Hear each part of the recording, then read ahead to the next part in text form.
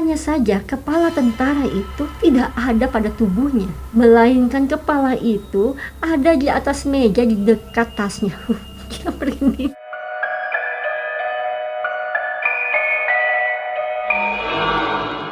Assalamualaikum, hai mystery friends, welcome back to my channel bareng aku Elsha Septa.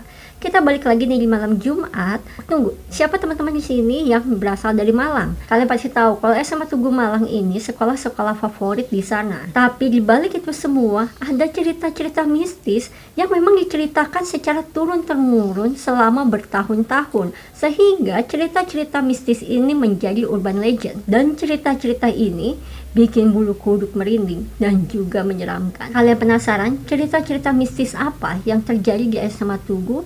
Gak usah basa-basi, let's start the story. SMA Tugu Malang adalah komplek SMA yang terdiri dari SMA 1, SMA 3, dan SMA 4 Negeri Malang. Dan sekolah-sekolah ini adalah sekolah favorit di sana. Gedung ini dirancang oleh Insinyur Willem May dari ini tuh udah panjang, susah lagi bacanya. Kayaknya sih bahasa Belanda.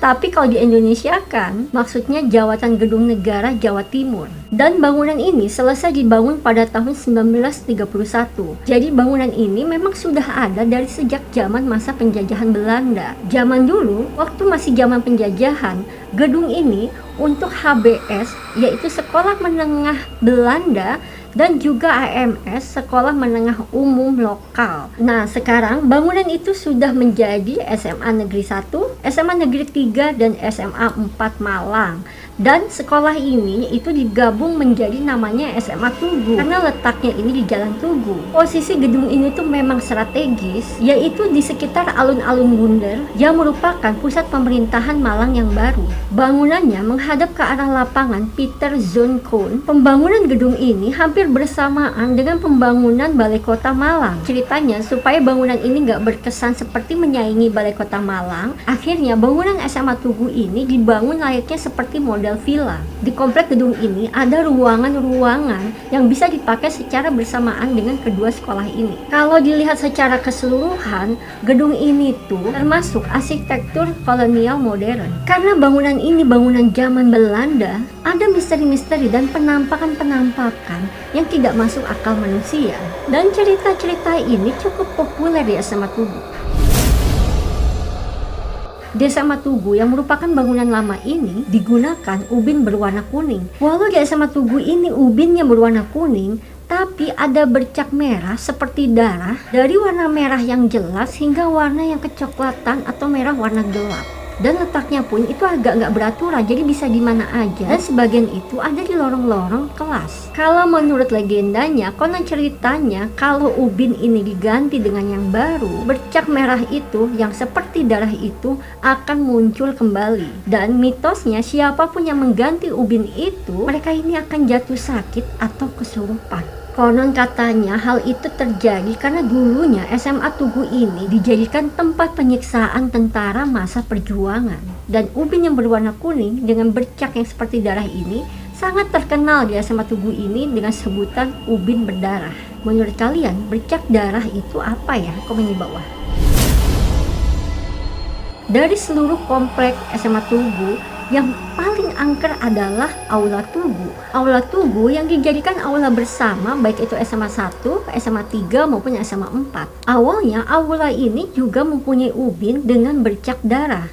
Namun ubin-ubin ini akhirnya diganti dengan lantai kayu dengan dasarannya itu pasir, yang sengaja gunanya itu untuk menahan agar si bercak darah itu tidak muncul lagi. Dulu ceritanya di lokasi Tugu ini pernah mengalami kebakaran yang hebat, dan SMA Tugu ini adalah salah satu tempat yang selamat dari kebakaran. Karena cerita di masa lalu itu, konon katanya kalau di malam hari di SMA Tugu ini ada penampakan sosok barisan tentara yang sedang berbaris, dan terdengar pula derap langkah barisan tentara itu, sehingga kenapa aula Tugu ini dilarang dikunjungi malam-malam.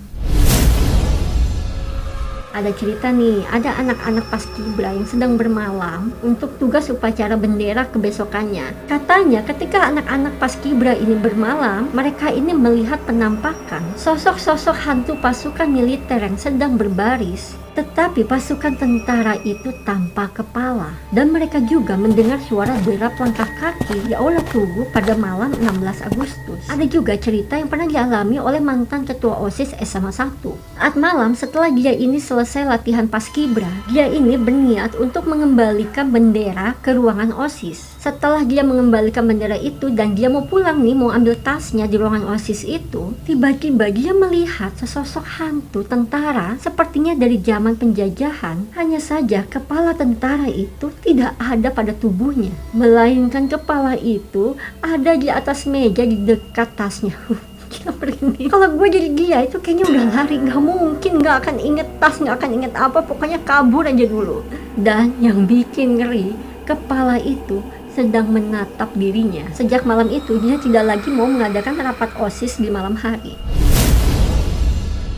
Komplek SMA Tugu Malang dulunya menjadi saksi bisu perjuangan bangsa Indonesia. Di sini pula konon katanya ada titik-titik terowongan yang dulunya digunakan sebagai jalur darurat. Dan mungkin juga terowongan-terowongan ini digunakan entah itu untuk penjajah Belanda atau tentara-tentara kita yang mungkin dijadikan tempat untuk melarikan diri. Dan katanya terowongan ini yang menghubungkan kompleks Tugu yang dulunya pusat pemerintah sampai ke stasiun Kota Baru Malang. Terowongan ini memang benar-benar ada dan sudah banyak siswa yang memang pernah melihatnya. Lokasinya itu ada di lantai panggung aula Tugu yang tertutup lantai kayu dan bisa dibuka selebar manusia. Ya mungkin selebar ini kalau misalnya lantai kayu itu dibuka. Sampai sekarang terowongan ini dipercaya masih berdiri kokoh, tapi fungsinya kini sudah berbeda. Sekarang hanya disebut sebagai terowongan hantu. Nah, ini juga ada ceritanya. Konon nih, dulu tuh ada 2 siswa SMA Tugu yang nekat mencoba masuk turun ke terowongan itu. Tapi aksi mereka ini berakhir dengan ngeri banget. Karena siswa yang pertama itu hanya merangkak sepanjang setengah jalan dan lalu dia kembali sambil berteriak histeris seperti teriakan yang takutan setelah dia tidak lama masuk dari terowongan itu. Sedangkan siswa yang kedua itu, yang masuk terowongan itu, sempat dikatakan hilang. Namun setelah 2 minggu kemudian, siswa kedua ini ditemukan di stasiun Kota Baru. Dan saat ditemukan dia dalam kondisi yang gak normal. Menurut kalian apa yang terjadi sama mereka di terowongan itu ya? Komen di bawah. Dulu ada sekelompok siswa yang mengikuti organisasi pencinta alam dan mereka ini menginap di markas di SMA 1 untuk merayakan kelulusan. Jadi ceritanya nih, siswa-siswa ini tuh pada mabuk. Terus mungkin karena mereka mabuk dan gak sadar, mereka ini ngebakar kursi-kursi di kelas IPA yang letaknya di lantai 2. Dan selama seminggu, 7-8 siswa yang mabuk semalam itu mengalami kecelakaan parah hingga patah kaki. Ih, ngeri banget ya. Beberapa orang di SMA Tugu itu percaya kalau hal itu terjadi akibat penunggu SMA 1 itu merasa marah karena dia ini merasa terganggu. Lagi-lagi nih cerita mengenai anak-anak paskibra. Ini diceritakan oleh salah satu alumni SMA 1. Dia ini anggota paskibra. Dulu nih katanya sebagai calon anggota paskibra, dia ini harus mengikuti diklat atau kalau zaman aku dulu sebutannya itu perpeloncoan. Supaya ketika kita sudah mengikuti diklat atau perpeloncoan semalam, itu kita akan sah menjadi anggota paskibra. Salah satu acara paskibra ini berkeliling sekolah di tengah malam dengan membawa 1 buah lilin dan 3 buah korek api. Di mana calon anggota baru ini harus naik ke lantai 2 sendirian dan harus masuk ke salah satu kelas. Waktu dia mencoba berjalan tapi belum sampai dia naik ke lantai 2, saat itu, dia ini mendengar teriakan menyayat di lantai 2 seperti suara teriakan perempuan yang ketakutan. Karena pada saat itu dia kaget dan dia juga teriak, spontanlah para senior ini langsung menghampiri dia dan naik ke lantai 2. Dan anehnya pada saat itu, para senior itu tidak melihat ada siapapun di sana. Kalaupun ada, hanya ada beberapa senior di ujung lorong di lantai 2, tapi itu pun mereka hanya bertugas untuk menjaga dan berakting nantinya untuk menakuti anggota baru yang sudah sampai di tempat. Dan ketika para senior ini mengecek nama-nama list para juniornya yang akan naik untuk menguji nyali itu, ternyata nama sebelumnya itu bukanlah nama perempuan tapi nama laki-laki.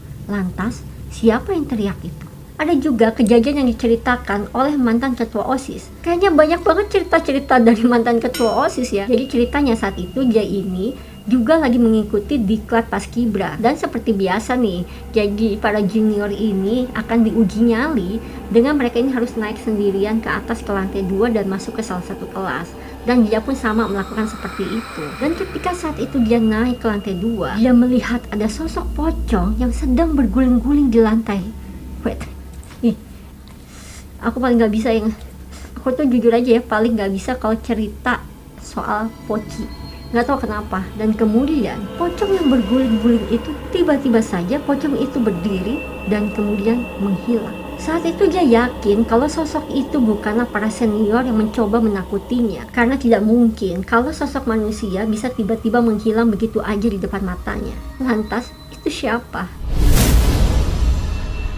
Ada juga alumni dari SMA 3 Malang. Dia menceritakan kalau saat dia masih sekolah dulu di SMA Tugu Malang ini, dia sangat aktif mengikuti kegiatan PMR. Dan seringkali dia ini tinggal sampai malam di sekolah ketika ada kegiatan PMR. Saat sekolah dulu, ruang PMR ini yang letaknya ini dekat dengan aula Tugu. Dan masuknya ini lewat lorong belakang. Nah, ceritanya malam itu, jadi Dwi ini sama temennya itu lagi jalan. Dia ini mau masuk ke ruang PMR. Dan pada saat itu Dwi sama temennya ini ngeliat ada seniornya yang lagi duduk nih di dekat ruang PMR itu sama seorang perempuan, ya kayak siswa juga. Dan Dwi saat itu sama temennya cuma cengengesan aja, kayak ngebecandain gitu. Nah udah setelah itu Dwi sama temennya ini kan masuk nih ke ruang PMR. Nggak lama dari situ si seniornya ini ikutlah masuk ke ruang PMR itu. Jadi si Dwi ini iseng ngeledekin seniornya itu. Cie, yang paling duaan cie. Nah pada saat itu dan seniornya ini cuma bengong dan langsung nyeletuk, lah siapa yang pacaran, dari tadi juga gue duduk sendiri ya, ngadi-ngadi aja loh. Dan saat itu Dwi sama temennya itu cuma diem dan saling lihat-lihatan. Lantas siapa yang dilihat Dwi sama temen-temennya? Coba kalian komen di bawah.